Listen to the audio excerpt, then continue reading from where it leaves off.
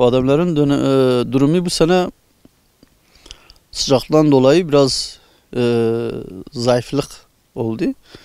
Verim yani bir dolu bir yağmurdan fazla etkilenmedi. Yalnız kuraklıktan dolayı bir azalma, bir zayıf bir şey oldu yani. Yine de geçen seneye göre çok iyiydi bu sene. Verim iyiydi. Devletten, tarımdan biraz daha destek ilgilenmeleri bize hem maddi hem de fiziki destekte bulunmasını talep ediyoruz. İlçe tarımımız olsun, il müdürlüğümüz olsun. Onlardan destek bekliyoruz yani. Onların daha bu işin önünü açması için bize yardımcı olmalarını talep ediyoruz. Tarımdan, devletimizden. Bunları talep ediyoruz yani. Geçen sene oranla bu sene 2 kat diyebilirim. Bizim bölgemizi kastediyorum. Bizim bölgemizi diyorum. 2 kat geçen seneye göre 2 kat daha artı geçen seneye göre. Çok şükür yani bu şekilde memnunuz. Hasat zamanı odur sona eriyor. Sezon sona eriyor. Topladık, satışlarımız da bir kısım oldu yani satışlardan da memnunuz. Geçen seneyle oranla fazla fiyat değişmedi. Hani alıcı fazla ilgi olarak fazla gösterilmedi. Biz bu konuda bu da tabii bu tarımın bize şeyin göstermemesindendir. Yani bu badem hasatının önü açılması, ekipman desteklerinin olmaması, badem satışının fabrikada veya şeyden olmamasından biraz daha satışta bir sıkıntımız var. Hala devam ediyoruz yani. Yalnız verim olarak verim iyiydi yani. Burada bademin piyasası olmamanın işte en büyük sıkıntımız budur zaten. Bu bizim büyük sıkıntımız. Çiftçinin, bademcilerin en büyük sıkıntısı budur yani. Biz bunu talep ediyoruz. Bunun desteğini bekliyoruz yani. Perakende satmaya çalışıyor. Kiloyla, torbayla o şekil perakenden toptan bulamadığımız için mecburen poşetle, torbayla sokak sokak, ilçe ilçe o şekil parça parça. Bunun da bize bir fazla katkısı olmuyor yani bayağı. Bundan da biraz zorlanıyoruz yani vatandaş olarak, işçi olarak. Aynen dediğimiz ekipman olarak yani bunun ilaçlanması vatandaş bu konuda fazla bilgili değiliz yani. Bu konuda devletten bilgi de talep ediyoruz. Ekipman dediğimiz mesela sirkelemedir, badem kırmadır.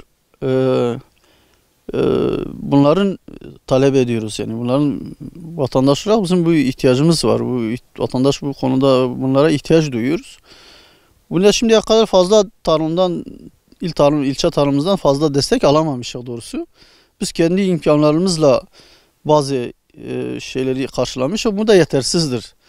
Bölge olarak, köy olarak yetersiz buluyoruz bunları. Tabii bunlar olursa da bu işi daha da ileri götürebiliriz. Daha da büyütebiliriz.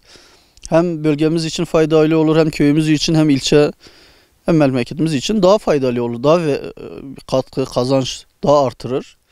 Artırır vatandaş da, biz çiftçi olarak da buna daha da ilgi gösteririz. Bunu gönülden yaparız daha da ileri götürmek için. Tabii biz kendi çabamızla çabalıyoruz ama karşıdan fazla bir destek bulamıyoruz. Hocam badem şu anda bir sene iyi tutuyor, bir sene tutmuyor. Yani bir sene zayıf tutuyor, bir sene geçen seneden bu sene daha fazlaydı yani. Yalnız sıcaktan dolayı biraz şey vardır yani.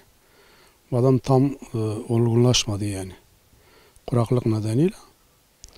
Onu da bir sulama için bize işte daha önceden de söylemiştim. Bu kendi fikrimdir. Devlet bize yardım ederse bu barajdan şu tepeye zaten çok da uzak değil. Bu tepeye çok çıkarıp da böyle büyük bir havuz yaparsa o havuzlar bütün mesela bu köyler faydalanır. Hem sulama için hem de mesela hayvanlar için yani çok büyük bir şeydir yani.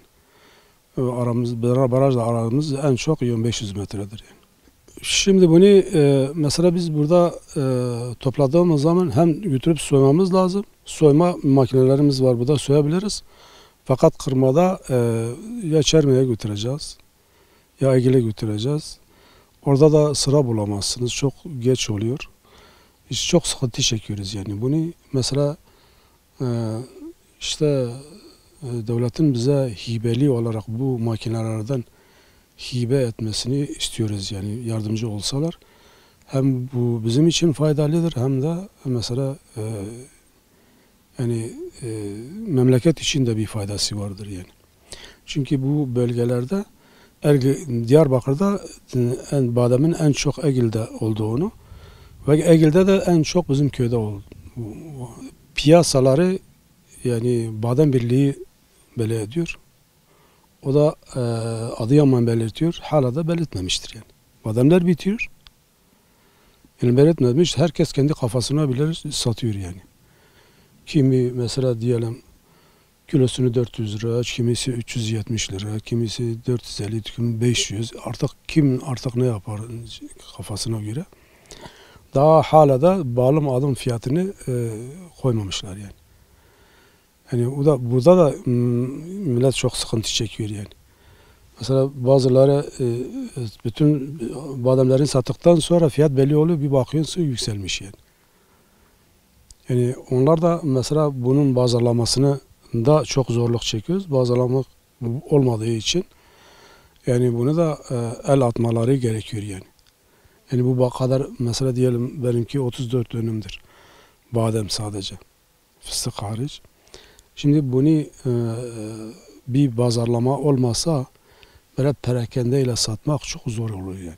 Kiloyla satmak çok zor oluyor. Bunun için bunda da çok sıkıntı çekiyoruz. Hatta mesela çoğu ekenler artık pişman olmuş. Bunu nasıl satacağız diye. Bunda sıkıntı vardır yani. Şimdi benim görüşüm burada mesela Egil'de diyelim bir fabrika kurulursa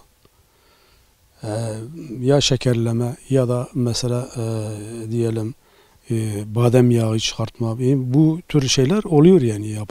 Yapsalar yapabilirler yani. İşte bunu mesela yetkililerden bunu istiyoruz yani.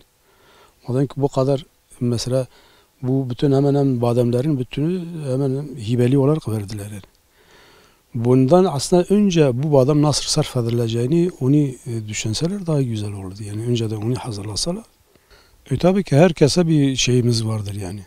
Yani çağrımız vardır. Destek olmalarını istiyoruz yani. Hem mesela makine, hem karma yönünden, hem pazarlama yönünden. En çok sıkıntı pazarlama yönünden çekiyoruz yani. Yani biz perakende kiloyla satıyoruz. Mesela kimi 5 kilo, kimi 10 kilo, kimi mesela bir torba. Kimileri mesela işte böyle satıyoruz yani. O kadar mesela diyelim. Benimki ortalama diyelim bu sene çiğ olarak mesela taze olarak 24 tondan fazlaydı yani. O da mesela bir kısmını toplamışız, daha bir kısmı da vardır.